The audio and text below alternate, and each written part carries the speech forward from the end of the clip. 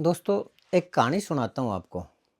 कहानी ये है कि एक बार एक कंपनी ने किसी एक नेशनल लेवल के अखबार में ऐड दिया और बीच के 2 फुल पेज की उसने ऐड दी क और एक इस पन्ने पर, एक उस पन्ने पे, यानी बीच का पूरा जो अखबार था, उस पे उसने ऐड दी। और वो जो ऐड थी, एक पोस्ट थी डायरेक्टर उसके लिए, पद के लिए। और उस डायरेक्टर पद के लिए सैलरी थी 10 लाख रुपए महीना और उसकी क्वालिफ़िकेशन कंपनी ने रखी सिर्फ़ बीटेक और कोई एक्सपीरियंस नहीं। लेकिन सैलरी रखी 10 लाख रुपए महीना और पद था डायरेक्टर का। और उसी अखबार में उस पेज के सामने उस कंपनी ने एक और ऐड निकाली।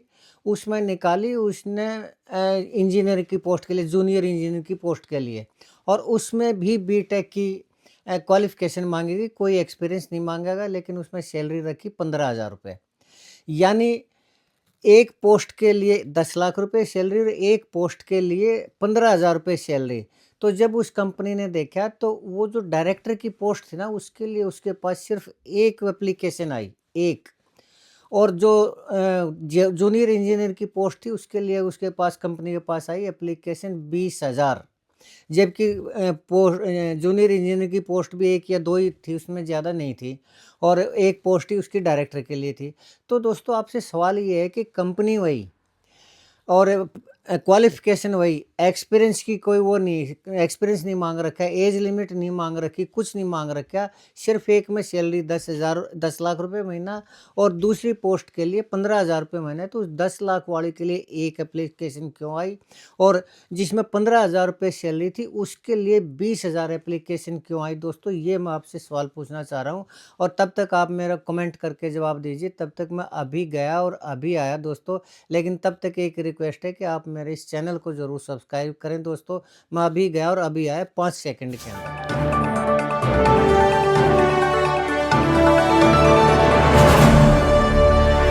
दोस्तों नमस्कार। दोस्तों, मैं सतबीर सिंह अपने यूट्यूब के भारत लिंक ग्लोबल चैनल पर लंदन से आपका स्वागत करता हूँ। दोस्तों, आज मैं तैयारी कर रहा था वीडियो बनाने की किसी दूसरे टॉपिक के ऊपर, और लगभग पूरी मेरी वो हो चुकी थी रिसर्च उसमें। तो ये सोचा कि चलो अभी 5-7 मिनट में मैं उसमें वो बना देता हूँ वीडियो।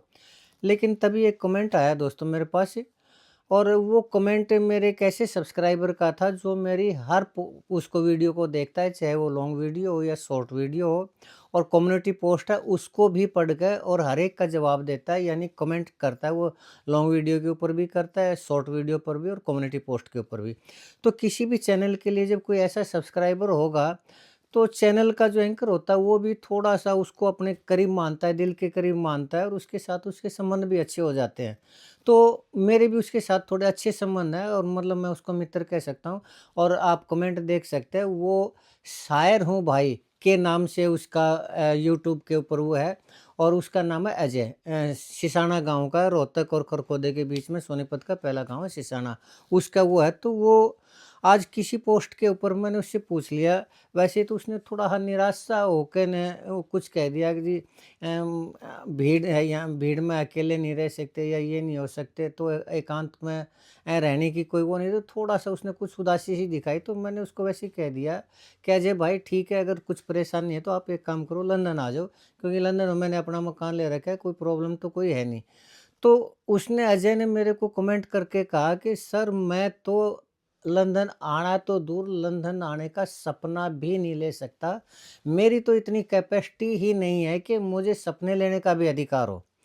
तो इस चीज़ को दोस्तों मुझे थोड़ा-सा दुःख भी हुआ, और मैं उसको जवाब लिखना चाह रहा था, तभी अचानक मुझे ध्यान आया कि ये जवाब तो मुझे सभी के लिए बताना चाहिए, सभी के लिए लिखना चाहिए। एक अजय को लिख दूँगा तो ठीक, वो तो ठीक है, अजय तो इस चीज़ को समझ जाएगा, लेकिन क्यों नहीं ये बात सभी को बताई जाए।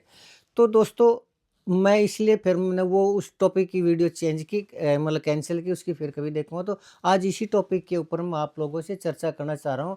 मैं इसी विषय का विश्लेषण करना चाह रहा हूँ। तो दोस्तों, पहली बात तो ये है कि उसने ये कहा कि मुझे सपने लेने का भी अधिकार नहीं है लंदन जाने का। क्यों? क्योंकि मेरी इतनी फाइनेंशियल कैपेसिटी ही नहीं है। तो पहली बात तो ये है दोस्तों कि सपने लेने का अधिकार ही सिर्फ़ और सिर्फ़ इंसान के पास होता है। पशु पक्षियों के पास सपने लेने का अधिकार नहीं होता। क्यों? क्योंकि पशु पक्षियों का काम होता है सिर्फ़ अपना पेट भरना और परिवार को बढ़ाना, और इसके अलावा कुछ भी काम नहीं होता, और वो जन्म लेते हैं और मर जाते हैं सारी उम्र सिर्फ़ इसी काम में। लेकिन अगर किसी को सपने लेने का अधिकार है, तो वो परमात्मा ने सिर्फ़ इंसान को दिया है, और उस सपने लेने के कारण ही आज इतनी खूबसूरत दुनिया का निर्माण हुआ है कि एक से एक बढ़ के चीज़ें हैं। तो लोगों ने सपने लिए तो खूबसूरत दुनिया का निर्माण किया, बड़ी-बड़ी चीज़ें बनाई। तो ये सोचना किसी भी इंसान के लिए कि सपने लेने का अधिकार नहीं है कि हम ये काम कर सकें, नहीं दोस्तों, मैं ऐसा नहीं मानता। मैं ये मानता हूँ कि आदमी को सपने लेने चाहिए। फिर इस चीज़ से कुछ भी फ़र्क नहीं पड़ता कि वो आदमी गरीब है, अमीर है, ऊँची जाति का है या नीची जाति का है, या मेल है या फीमेल है, इससे कुछ भी फ़र्क नहीं पड़ता। इंसान को सपने लेने चाहिए। और वैसे भी एक वो डायलॉग है ना कि अगर आप किसी चीज़ को दिल से चाहें, तो पूरी कायनात उस चीज़ को आपसे मिलवाने के लिए खड़ी हो जाती है। ये सच है दोस्तों। अगर आप सपने लेते हैं, भले ही आपके पास संसाधन ना हो, परिस्थितियाँ ना हो, लेकिन अगर आपके सपनों में कोई खोट नहीं है, और अगर आप ठीक सपने ले रहे हैं, तो प्रकृति अपने आप ही परिस्थितियाँ क्रिएट कर देती हैं आपके लिए कि आपके सपने पूरे हों। बस आप प्रयास तो करिए उस सपनों को पूरा करने के लिए। तो अगर आपको लगता है कि नहीं हो सकता है, ऐसे करे पैसे की कमी के कारण विदेश में नहीं जाया जा सकता, या फिर किसी अच्छे देश में सेटलमेंट नहीं हो सकती, तो मैं ये सोचता हूँ कि शायद ये थोड़ा-सा कॉन्फिडेंस की कमी है, और कोई बात नहीं। अगर आपको यकीन नहीं होता, तो दोस्तों मैं अपनी ही एक कहानी बताना चाहूँगा छोटी-सी, कि कैसे प्रकृति ने परिस्थितियाँ क्रिएट की मेरे सपने को पूरा करने के लिए। तो दोस्तों, मेरा सपना था शुरू में अमेरिका में सेटल होने का। तो किसी ने कहा कि आपको मैं अमेरिका में सेटल कर दूँगा, आप पासपोर्ट बनवा लीजिए, क्योंकि तब तक मेरे पास पासपोर्ट नहीं था। तो मुझे पासपोर्ट बनवाना भी नहीं आता था, बहुत पहले की बात है ये। तो उसने कहा चलो पासपोर्ट मैं बनवा देता हूँ, फ़ीस जमा कर देना और बाकी मैं फ़ॉर्म भरवा दूँगा आपका। चलो वहाँ चले गए पासपोर्ट ऑफ़िस में, दिल्ली के अंदर बीकाजी कामा प्लेस पे वो हुआ करता उस टाइम, अब तो गुड़गाँव है। तो वहाँ पर पासपोर्ट की मैंने फ़ीस भर दी, उसके लिए अप्लाई करने के लिए, वो फ़ॉर्म भरवाने लगा, तो कोई कॉलम था उसके अंदर कि मैरिड या अनमैरिड। तो उसने कहा कि आप सिंगल लिख दो, जबकि मेरी मैरिज हो चुकी थी। तो मैंने कहा सिंगल क्यों लिख दूँ? बोला ऐसा है, मेरी वहाँ जानकारी है, आप सिंगल लिख दोगे तो मैं वहाँ आपकी मैरिज करवा दूँगा, और आप वहाँ सेटल हो जाएँगे, और आपको पीआर भी मिल जाएगी, सब कुछ हो जाएगा। तो मैंने उसको मना कर दिया कि मैं तो मैरिड आदमी हूँ, मैं अपनी मिसेज़ को कैसे छोड़ दूँगा? बोले देखो, अगर आपने अमेरिका में जाना है तो आपको तो ये काम करना ही पड़ा। मैंने मना कर दिया, और मैंने वो पासपोर्ट भी अप्लाई नहीं किया दोस्तों। ख़ैर चलिए, लेकिन फिर कुछ दिनों बाद थोड़ा और स्टडी किया और कुछ किया, तो ये लगा कि अमेरिका के अंदर तो रेसिज़्म बहुत है, यानी वो ये बहुत है कि दूसरे देश के आकर हमारे कंट्री में ये करने लग रहे हैं, क्राइम रेट बहुत ज़्यादा है, ये है, वो है।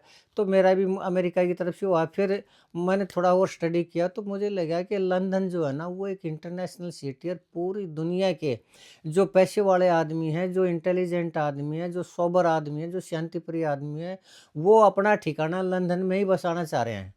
तो दोस्तों, फिर मैंने सपने लिए लंदन आने के, और ये भी कई सालों पहले की बात है। कम से कम 25-30 साल पहले की बात है ये भी।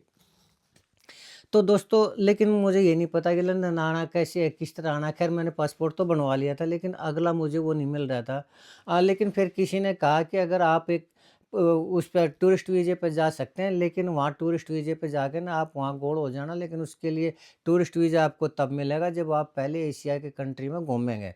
तो पैसे थे नहीं दोस्तों, तो मैंने इधर-उधर से जुगाड़ करके उधार ले ला के ना कई देशों में मैं घूम के आया, और वो आदमी मुझे अपने साथ ले गया, तो उस आदमी ने भी पैसे बनाए अपने। और जैसे ही उसका वो टारगेट पूरा हो गया, वो आदमी गायब हो गया। और वो बोला भाई मैं तेरे को इंग्लैंड नहीं ले जा सकता, मैं तो यहीं तक का था, अब तू जाने तेरी मर्ज़ी। ख़ैर दोस्तों, वो फिर सपना टूट गया लंदन में सेटल होने का। कोई बात नहीं, मैं काम करता रहा, सोचा यार लंदन जाना चाहिए, किसी तरह रास्ता दिखाई नहीं दे रहा, क्या करूँ, कैसे करूँ? तो ख़ैर दोस्तों, काफ़ी टाइम बीत गया, तो मेरा जो लड़का है ना, +2 के बाद मुझे कॉलेज में एडमिशन करवाना था उसका। और वो पढ़ाई में कोई ख़ासा नहीं था, तो फिर भी मैंने उसका एडमिशन, मेरे को किसी ने बताया कि कोयंबटूर की यूनिवर्सिटी है तमिलनाडु के अंदर, वो दुनिया की सेकंड नंबर की यूनिवर्सिटी है, पानी, मीठे पानी के मामले में, शांति के मामले में और वातावरण के मामले में। तो मैंने उसको सर्च किया, तो वास्तव में वो ऐसा ही मिला, तो मैंने कोयंबटूर में अपने बेटे का एडमिशन करवा दिया तमिलनाडु के अंदर। तो दोस्तों 6 महीने तो बड़े आराम से निकले, 1 सेमेस्टर निकला, बहुत बढ़िया सेमेस्टर पास कर लिया। तो जैसे ही अगले सेमेस्टर में बारी आई तो मेरे लड़के का वहाँ पर झगड़ा हो गया कुछ, और ऐसा हुआ पता नहीं, मतलब पहले नहीं पता था मुझे, तो अचानक मेरे पास से मेरे लड़के का फ़ोन आया कि पापा मुझे यूनिवर्सिटी से एक्सपेल कर दिया और मेरा सामान तुरंत प्रभाव से बाहर निकाल दिया, और ये जो सिक्योरिटी गार्ड है ये मेरे को अंदर भी नहीं घुसने दे रहे। तो ये तो नहीं संभव हो सकता है एकदम, कैसे कि 1 सेमेस्टर पूरा हुआ, पूरा साल हुआ नहीं और उन्होंने मेरे लड़के को बाहर निकाल दिया। तो दोस्तों मुझे ये रात को 10-11 बजे इन्फॉर्मेशन मिली थी। मैंने तो उसी टाइम फ़्लाइट बुक करवाई, सवेरे 5 बजे तो मैं तमिलनाडु में कोयंबटूर एयरपोर्ट पे पहुँच लिया था। ख़ैर 7 बजे मैं अपने लड़के के पास पहुँच गया तो मैंने देखा कि गेट के बाहर मेरा लड़का बैठा है, सामान-समून सारा, और सिक्योरिटी वाले अंदर नहीं जाने। मैंने कहा क्या हुआ? बोला कुछ नहीं, वैसे ही निकाल दिया, थोड़ा मेरा कुछ झगड़ा-वगड़ा हो गया था 1-2 बच्चे के साथ, तो ये बोले झगड़ा क्यों किया और इन्होंने एक्सपेल कर दिया। तो मैंने कहा इतनी छोटी-सी बात के ऊपर तो ये तो संभव नहीं है। तो मैंने वीसी से मिलने की कोशिश की तो उन्होंने, सिक्योरिटी गार्ड ने उन्होंने मना कर दिया कि जी आप नहीं जा सकते, ना ये लड़का अंदर जा सकता। अब मेरे को भी गुस्सा उठा कि भाई क्यों, ऐसा कैसे हो सकता है? जबकि एजुकेशन को तो ये रोक ही नहीं सकते, और उन्होंने बिल्कुल एक्सपेल कर दिया और ये कह दिया कि आप तो अंदर भी नहीं जा सकते। तो दोस्तों मैं भी वकील था, तो मुझे भी गुस्सा उठा, तो मैंने चेन्नई हाई कोर्ट में अनुच्छेद 226 के तहत रिट पिटीशन डाल दी। चेन्नई हाई कोर्ट ने शॉर्ट नोटिस पे उसको शॉर्ट टर्म का टाइम का नोटिस दे दिया यूनिवर्सिटी को।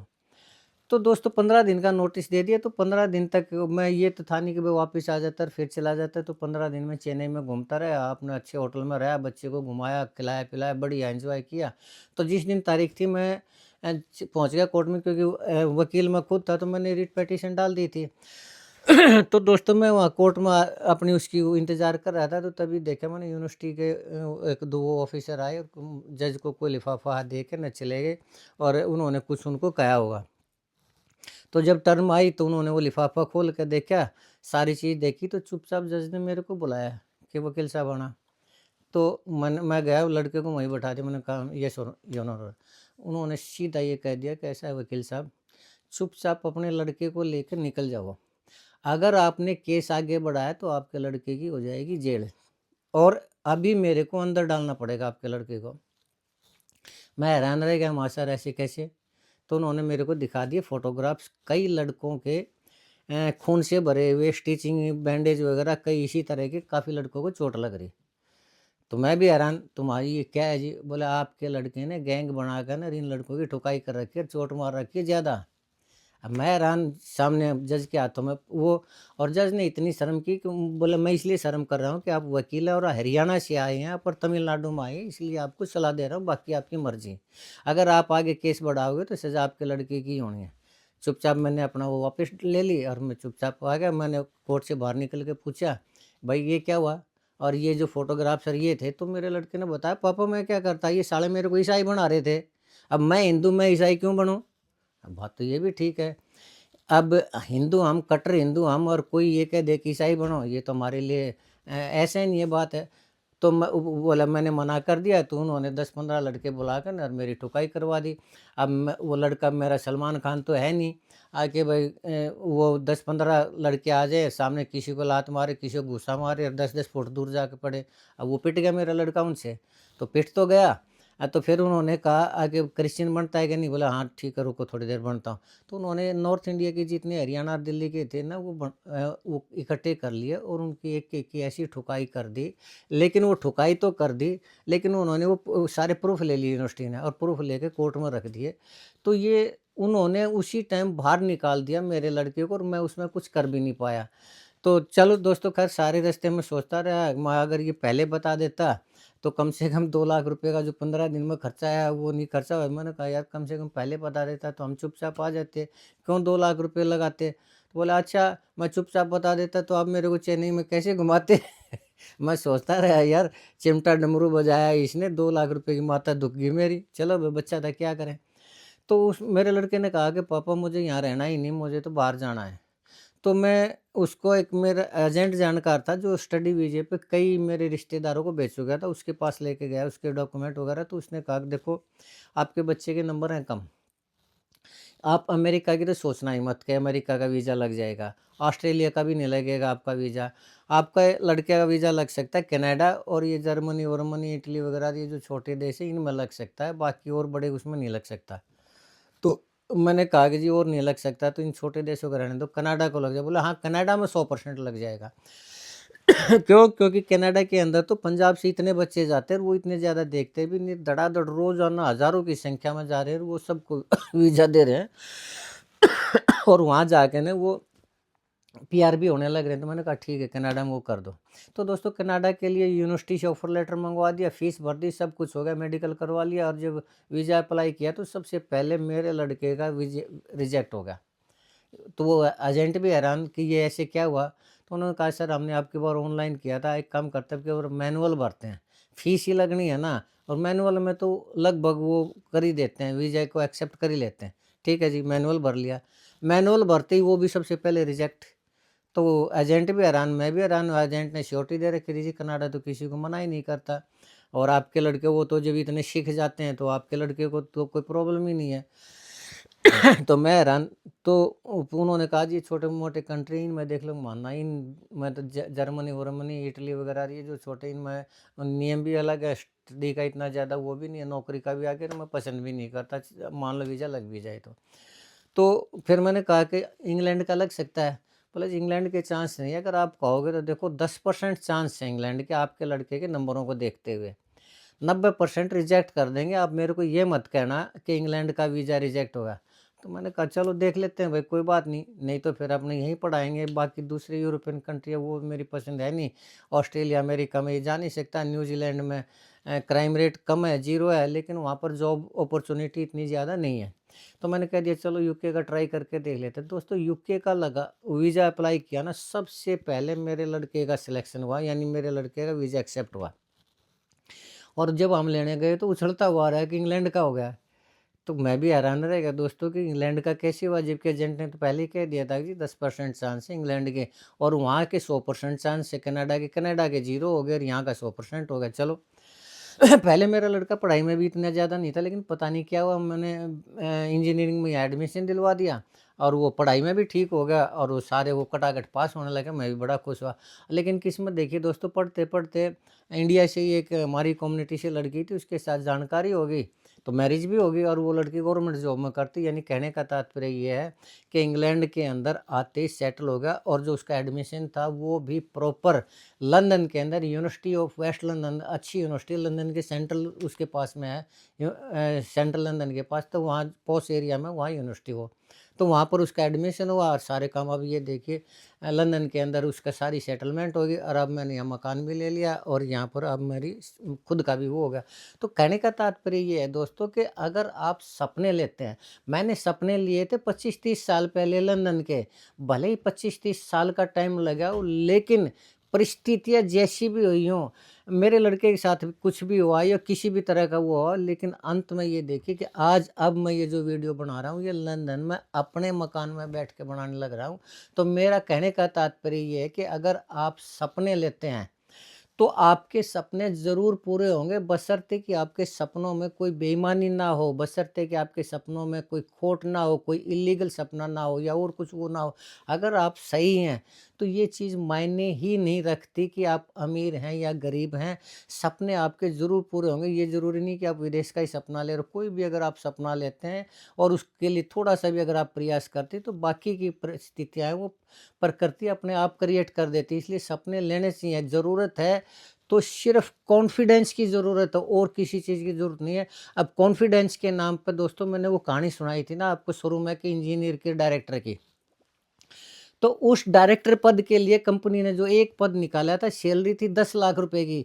एजुकेशन भले ही बीटेक हो, कोई एक्सपीरियंस ना हो, लेकिन बीटेक जो लड़के थे जो एक्सपीरियंस होल्डर नहीं थे, उनको ये कॉन्फिडेंस ही नहीं था कि हमें 10 लाख रुपए महीने की जॉब मिल सकती है, और जो 15,000 रुपये की जॉब थी वो हर एक ने सोचा कि हाँ हमें ये जॉब मिल जाएगी। किसी भी उस 20,000 आदमियों में से एक भी आदमी ने ये नहीं सोचा है कि जब कौन ये एजुकेशन सेम है, एक्सपीरियंस नहीं मांग रखा है और कोई कंडीशन नहीं है, तो हमें क्यों नहीं 10 लाख रुपए की जॉब मिल सकती महीने की। वो वजह थी लेक ऑफ कॉन्फिडेंस, यानी कॉन्फिडेंस का ना होना। और इसी कॉन्फिडेंस के ना होने से ही बच्चे सपने लेने से डरते हैं। तो मैं ये कहना चाह रहा हूँ युवाओं को कि सपने लीजिए, दिन में सपने लीजिए, रात के सपनों का नहीं, दिन में सपने जो लेंगे वो ज़रूर पूरे होंगे। लॉ ऑफ अट्रैक्शन इसी चीज़ का नाम है कि अगर आप किसी चीज़ के सपने लेंगे तो उस चीज़ को आप अपनी तरफ खींचते, चाहे वो नेगेटिव चीज़ हो या वो पॉजिटिव चीज़ हो। इसलिए पॉजिटिव रखिए, कॉन्फिडेंस रखिए। दोस्तों, मंजिलें उन्हीं को मिलती हैं जिनके सपनों में जान होती है। पंखों से कुछ नहीं होता, हौसलों से उड़ान होती है। अगर आपके अंदर हौसला है सपने लेने का तो आपके सपने ज़रूर पूरे होंगे। आप ये मन से निकाल दीजिए कि आपकी कैपेसिटी नहीं है या आप किसी चीज़ को कर नहीं सकते। अपने ऊपर भरोसा रखिए। लोग कहते हैं कि परमात्मा सर्वशक्तिमान है और हम परमात्मा की संतान हैं। तो अगर हम सर्वशक्तिमान नहीं भी हैं तो शक्तिमान तो ज़रूर होंगे ना। अगर एक पहलवान का लड़का उस जितना बड़ा पहलवान नहीं भी होगा तो कम से कम शरीर से ताकतवर तो होगा ना। तो हम तो परमात्मा की संतान है, तो किससे कम है। सपने लीजिए, आप सही सपने लीजिए, आपके सपने पूरे होंगे। और मैं उस अजय को नहीं कह रहा, हर एक युवा को कह रहा हूँ, सपने लीजिए, सपनों को पूरा करने का प्रयास कीजिए। आपके सपने ज़रूर पूरे होंगे। घबराइए मत, सिर्फ अपने ऊपर कॉन्फिडेंस रखिए और आगे बढ़िए और ईमानदारी से प्रयास करिए। दोस्तों, आज के लिए इतना ही। वीडियो तो मुझे किसी और टॉपिक पे बनानी थी, लेकिन अजय भाई ने कमेंट डाला तो मैंने सोचा कि फिर इसके ऊपर वो बना देता हूँ, वीडियो ही बना देता हूँ। तो आज के लिए इतना ही। मुझे उम्मीद है कि आपको मेरा ये विश्लेषण, मेरी ये वीडियो ठीक लगी होगी। अगर आपको लगता है कि मैं सही कह रहा हूँ तो आपसे अनुरोध है, मेरे वीडियो को लाइक करें, शेयर करें, कमेंट करें दोस्तों। और अगर आपको लगता है कि वीडियो मेरी सही नहीं है, विश्लेषण मेरा ठीक नहीं है, तो भी कमेंट करके बताएं ताकि मैं अपने आप को करेक्ट कर सकूँ। फिर भी आपने मेरा ये वीडियो देखा, इसके लिए आपका बहुत बहुत धन्यवाद। चलते चलते एक बार फिर से आपसे निवेदन है कि मेरे इस चैनल को ज़रूर सब्सक्राइब करें दोस्तों, ताकि इसी तरह की वीडियो मैं आपके सामने लाता रहूँ। एक बार फिर से आपका बहुत बहुत धन्यवाद। नमस्कार, जय हिंद, जय भारत।